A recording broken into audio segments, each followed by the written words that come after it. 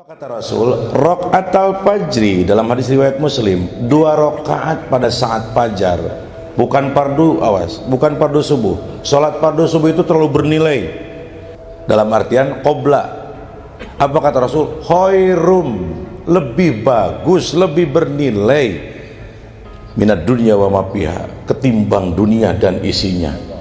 Cuman karena kita terlalu pola pikir mindsetnya sudah dikuasai oleh ukuran dunia, semua nilai-nilai akhirat itu sudah tidak lagi terbayang. Makanya kita cukup sulit menjiwai ayat walal akhiratu khairul laka minal ayat, tinggal ayat, bacaan tinggal bacaan, untuk menjiwainya repot. Pada ujungnya kita lebih repot mencari ukuran dunia daripada mencari berusaha urusan tentang akhirat.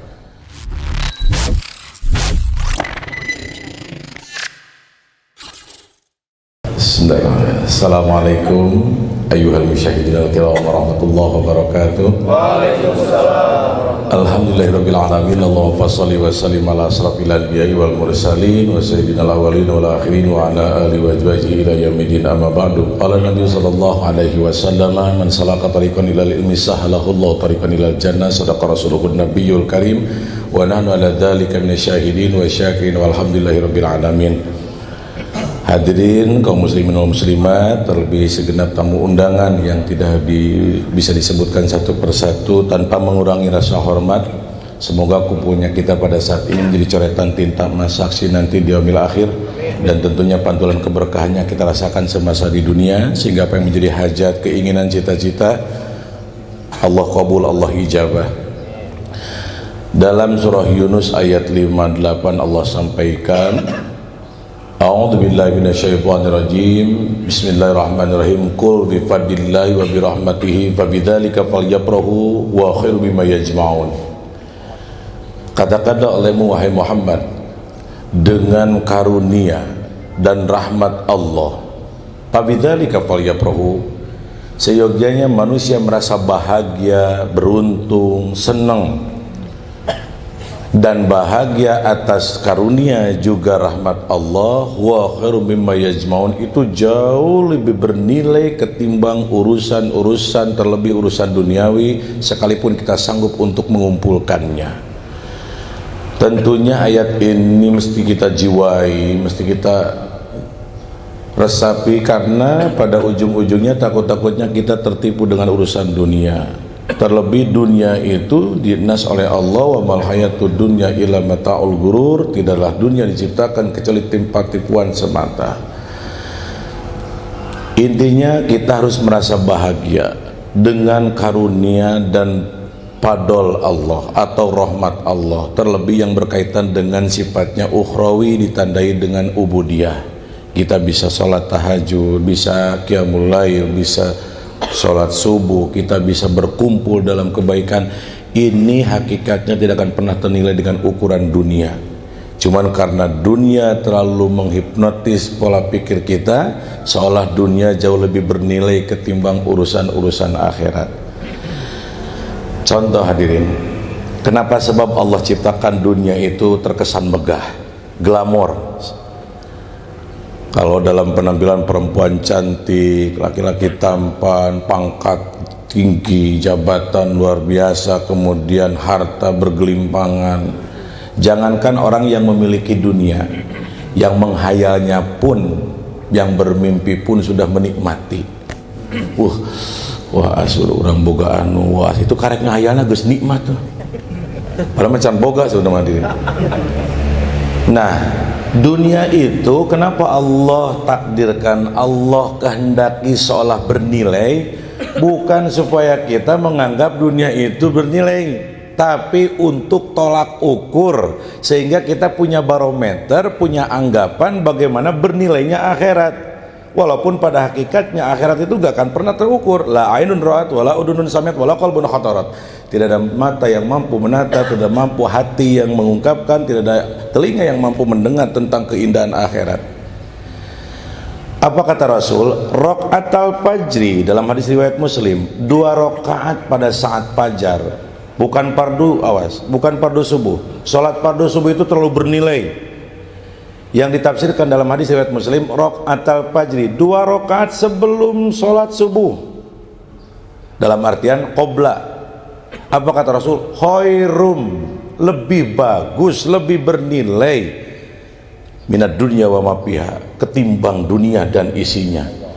Bayangkan hadirin, cuman karena kita terlalu pola pikir mindsetnya sudah dikuasai oleh ukuran dunia, semua nilai-nilai akhirat itu sudah tidak lagi terbayang. Makanya kita cukup sulit menjiwai ayat walal akhiratu khairul laka minal ayat, tinggal ayat, bacaan tinggal bacaan, untuk menjiwainya repot. Pada ujungnya kita lebih repot mencari ukuran dunia daripada mencari berusaha urusan tentang akhirat. Inilah yang mesti kita renungkan, karena kita nggak akan lama di dunia hadirin. Kenapa kita menganggap dunia lebih bernilai, megah? Karena kita kurang menganggap fadl rahmat tentang urusan akhiratnya Allah Subhanahu wa taala. Contoh kecil, oke, naon sababna diciptakan meteran ukuran tuh, namina teh nantun digolong tuh itu. Bami bade ngukur tanah tuh pakai alatna nu di meteran nu digolong. Nah, pakai meter. Kenapa ada metro? Itu metro teh jang ngukur luasna tanah sekaligus biar tahu nilai jual tanah tersebut. Kenapa Allah ciptakan dunia? Untuk mengukur hebatnya akhirat, walaupun tidak akan pernah terukur pada hakikatnya, kecuali nanti kita rasakan di yaumil jazaa. Ieu mah dibere metro teh lain ngukur tanah kalah kabitaku metrona gara nyawa metro. Allah ciptakan dunia itu supaya kita punya tolak ukur. Ya Rob, betapa luar biasanya anugerah yang kau berikan. Kalau saja 2 rakaat sebelum subuh Rasul katakan lebih baik daripada dunia dan isinya, bagaimana dengan qiyamul lailku, bagaimana dengan bacaan tasbihku, bagaimana dengan kebaikanku kepada orang tua, bagaimana dengan ibadah-ibadahku yang lainnya yang sudah barang tentu jauh lebih bernilai ketimbang urusan dunia, sehingga dengan sendirinya dunia itu terasa tidak bernilai. Bukan kita abaikan, jadi kita repot berbicara tentang juhud, jauhi dunia itu tanpa ilmu, malah ujung-ujungnya maaf belaga tasawuf jadi tak sanggup mungkin. Dia diajak saya mah geus nguruskeun dunia, saya mah lebih fokus ke akhirat. Cik menta rokona, mana emang ngongkot nguruskeun dunia, rokok menta kumaha urusanana ya teh. Ngongkot geus mikirkeun dunia, rokok menta itu belaga tasawuf jadi tak sanggup dan gitu. Urusan juhud itu nggak akan bisa kecuali kita bisa menganggap dulu bernilai akhirat. Dengan menganggap akhirat bernilai, maka dengan sendirinya dunia akan menjadi tidak bernilai. Jalma anu boga mobil, taruhlah umpama ya, tanpa menghinakan masing-masing kelas, nanya jalma anu boga mobil Alphard, taruhlah tuh ulah wakal Lamborghini kemudian Ferrari, ieu mah Alphard we bari ngelapan Alphard. Kapikiran Avanza teh? Kapikiran hayang mobil Avanza teh? Tuh kepikiran, kenapa? Sebab jauh nilainya ngan lamun jama keur ngelapan Avanza ada mikir yang Alphard. Aduh, ieu mun kana Alphardkeun ya Allah.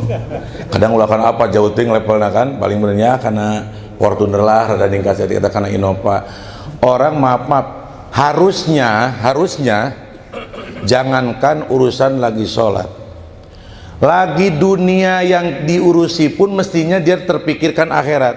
Ya Allah, ngapain juga aku ngurusin dunia, coba aku cari akhirat yang nilainya jauh lebih bernilai. Makanya apalagi orang yang lagi sholat, jauh kita berbicara tentang khusyuk. Kalau kita mampu memahami hadis Rasul, jangankan berpikir maaf sholat ini tuh, bisa sholatnya saja sudah menganggap lebih daripada segalanya. Ya Rob, betapa bahagia aku bisa sholat walaupun 2 rakaat yang Rasul janjikan jauh lebih bernilai daripada dunia dan isinya. Nu repotna bayangkeun, kabayang teu keur salat nepi ka kapikiran mio tah ieu nepi ka sabeuleuna teh hadirin. Keur salat pasti kena kapikiran enmek. Dunia jeung eusina wae ge teu sabanding. Salat 2 rakaat jauh lebih bernilai. Ieu keur salat masih dipikirkeun kana dunia. Ieu mah kebangetan hadirin. Jadi lamun budak bolon mah permen es bonbon dirontok, berlian dibabetkeun ya teh. Bayangkan urusan yang berharga yang jauh lebih bernilai daripada dunia dan isinya, ku orang dipakai mikirkan sebagian kecil daripada dunia. Ini udah kebangetan pola pikir kita. Dan inilah bagaimana makna ayat tidak mengena dalam hati kita. Kita lebih bahagia dengan urusan dunia, kita lebih repot dengan urusan dunia, dan pada ujung-ujungnya urusan yang lebih penting kita abaikan. Adakah yang lebih serius daripada urusan akhirat? Tidak ada. Dunia terasa serius karena kita semasa di dunia. Jangankan nanti pada ujungnya yaumala yang paumalu wala banun, manakala satu hari tidak bernilai harta, pangkat, jabatan, bahkan anak. Bayangin, orang di pintu kematian saja pada saat sakaratul maut, dunia sudah tidak bernilai. Coba orang terus diinfus, terapi oksigen terus nempel, ngap-ngapan. Tawaran Fortuner bungahan mah, ajak orang tuh healing, terapi nggak kepikiran. Ajak orang kasih makanan yang enak, gak bernilai. Orang yang lupa waktu, nyari harta, berebut tender, nyari proyek, sok udah repot di rumah sakit tawaran, ya proyek miliaran, siang goblok aing kerimu. Jadi pas di saat kita sakit saja nilai dunia itu sudah tak bernilai. Bahkan makanan pun yang ada kalanya kita jadikan target. Kadang kita sekolah takut gak makan, kita kerja takut gak makan.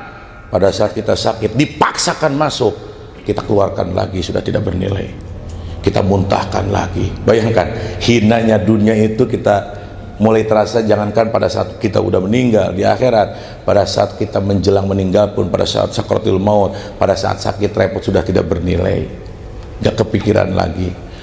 Nulis teteangan kurang, kadang kurang diabaikan. Nah, mudah-mudahan hadirin jiwa inilah yang mesti kita tanamkan. Jangan kita anggap remeh kita bisa berkumpul di masjid. Jangan dianggap ini cuma saat mau programnya ya mata-mating kegiatan. Enggak. Ini padol, ini rahmat yang belum tentu orang lain bisa mendapatkannya, dan tentunya pilihan-pilihan Allah yang Allah kehendaki. Rasa bahagia tanamkan dalam hati kita. Ya Rob, terima kasih. Kalaupun kita tidak mampu menjiwai rasa bahagia tersebut, paling tidaklah orang api-api bunga beula. Ya Allah, habis seneng ku rahmat Allah, habis seneng ku hidayah taufik Allah ya Rob. Kenapa kita harus berusaha seperti itu? Takut-takutnya kalau kita mengabaikan, kita tak tahu berterima kasih di hadapan Allah. Gimana kalau urusannya kemudian esok lusa pada rahmat tersebut Allah ambil, Allah cabut kembali. Seperti kita, maaf kita kasihan punya teman mau sholat gak punya alat sholat atau perangkat sholat, Allah perempuan gak punya mukena, orang ngabelaan balad, nepi kamu pes kenceng celengan, nyisikan uang untuk beli mukena untuk sholat, kita titipkan sarung atau mukena supaya bisa sholat. Orang bukannya terima kasih, malah yang ada maaf mukena sarungnya dipakai keset. Senang gak kira-kira kita nitipinnya? Otomatis kita ambil lagi. Allah titipkan hidayah, Allah titipkan taufik, Allah titipkan kita kemampuan untuk beribadah, seyogyanya kita sambut dengan merasa bergembira dan kita rasa terima kasih tadus birima. Takut-takutnya kalau kita abaikan, kita anggap sepele, taruhlah kita anggap lebih bernilai urusan proyek, urusan bisnis daripada hidayah taufik Allah. Gimana kalau esok lusa Allah cabut kembali pada rahmat tersebut?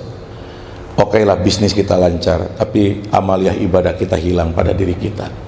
Oke lah dunia yang kita inginkan Allah berikan, tapi syahadat hilang pada diri kita. Naudzubillah. Makanya jauh sebelum Allah itu terjadi, Allah kehendaki, berusahalah ya Rob, aku merasa bahagia. Dan dalam satu ungkapan para ulama-ulama yang betul-betul kasyaf, orang kalau sudah mengingat Allah, mengingat akhirat, urusan dunia mulai tidak terpikirkan. Makanya para aulia kekasih Allah dalam Al-Quran Allah sifati la khaufun alaihim walahum yahzanun. Tidak ada keraguan, tidak ada kekhawatiran, tidak ada rasa takut. Kenapa?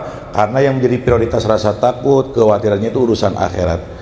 Titip terlebih kepada sahabat-sahabat, tolong orang yang bingung dengan urusan duniawi, tolong jangan terlalu diekspos. Allah itu maha murka, Allah gak senang. Karena paling ditakuti oleh Rasul, Allahumma inni astaghfiruka. Bagaimana Rasul betul-betul mengistid'a daripada min hamin wa ghalabati dain, dari rasa khawatir, rasa bingung. Bingung itu bagian daripada ranjau setan. Awalnya dia bingung, pada ujung-ujungnya hilang keyakinan, seolah tidak ada yang mengaturnya. Mulai rasa ketakutan, seolah tidak ada Allah yang maha menolong. Nah itu Rasul khawatir akan umatnya. Makanya titip, serepot apapun situasi, tolong jangan terlalu diperlihatkan, husnudon aja, seneng aja. Dan kalaupun kita belum menjiwai, kalau udah menjiwai insya Allah, kalau kita udah senang dengan iman Islam, senang dengan amal ibadah, dengan sendirinya urusan dunia gak bernilai. Titipnya, jadi ya banyak rekan-rekan takut-takutnya bakal jadi doa. Dan ini barangkali kunci di akhir zaman ini seperti itu. Orang terlalu banyak mengeluh, orang terlalu banyak bercerita tentang masalah beban.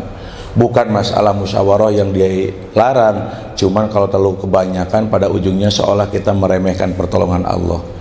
Datang riungan kumpulan bingung jeng bingung ngobrol kan susah. Lihat dalam Ihya Ulumuddin apa kata Imam Ghazali, barang siapa yang bercerita tentang kejelekan maka bersiaplah untuk menerima kejelekan tersebut. Bukankah dulu kita pernah punya prinsip perkataan adalah doa? Kebayang nggak kita kumpul, situasi usaha repot ya, bingung aja baru rumah tangga kerpasea ya. Gunungan ke ngamuk-ngamuk urut kasbon nagih bingung nunggu dengar-dengar genap orang tuh kawa bingung ya tanya. Oh harunya mereka bingung, catat ku malaikat bingung pulang ke rumahnya tuh datang istrinya, kenapa kayak yang bingung? Enggak, ini mikirin teman lagi bingung. Oh bingung, catat lagi gitunya. Pantas untung terpuruk kok kayak orang tuh. Wah hadirin, ini yang terjadi di Indonesia. Jangankan orang kalangan orang-orang biasa, kadang orang-orang pejabat, para pengusaha ngeluh bingung. No paling repot kita kurang syukur nikmat, bingung-bingung, repot-repot. Wah cari di kaman COVID, corona sampai ke resesi. Anger dahar udud mata eureun. Bingung tuh bisa kena ngerokok malah santai aja lah. Nah supaya kita lebih santai, kita lebih memikirkan akhirat insya. Jujur ini penjiwaan, ini ilmu penjiwaan. Seandainya saja kita orang-orang sekelas kita nih dikasih mati lampu 1 minggu siang malam, jujur repot nggak kira-kira? Repot nggak? Repot tadi. Seminggu siang malam kita gak dapat cahaya, mati lampu, TV gak jalan, HP gak bisa dicas, repot gak? Mati kutu kita, timbul pertarusan. Terus orang tua dulu kita gak nemuin listrik berapa tahun, coba bayangin. Bukan ukuran minggu, ukuran bulan, bertahun-tahun gak masuk listrik, tapi nyaman biasa, bisa menyikapi. Nah yang menjadi permasalahan bukan urusan ada dan tidak listriknya, tapi bagaimana cara menyikapinya. Inilah yang terjadi. Dulu kita semasa kecil ya mangih ping-ping hayam tuh, menemukan bagaimana daging ayam itu setahun 2 kali mungkin standarnya lah orang dulu, Idul Adha jeung Idul Fitri. Senengnya luar biasa, dibawa kurang lompatan dari takbiran, wah tuh seneng. Jujur, kenapa kita tiap hari kadang kita menemukan daging ayam tapi kita nggak merasa senang, kadang kita masih ngeluh. Nggak ada lagi temen nasi yang lainnya, bayangin. Jadi yang jadi masalah itu bukan situasi yang terjadi, tapi kita kurang bisa menyikapi situasi. Titip, mudah-mudahan ini menjadi awal. Rekan-rekan, berusahalah kita untuk menyikapi. Kita ingin merasa bahagia, senang punya nikmat iman Islam, senang kita punya Allah. Jujur, abi sok berguru sakapung, kadang kabarudak pang tuh dandanang gak karuan.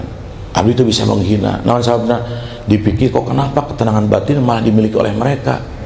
Enjoy tuh. Balik tinggal ke mana tuh puguh tuh kabaya. Kendaraan tuh boga BM tuh nebeng.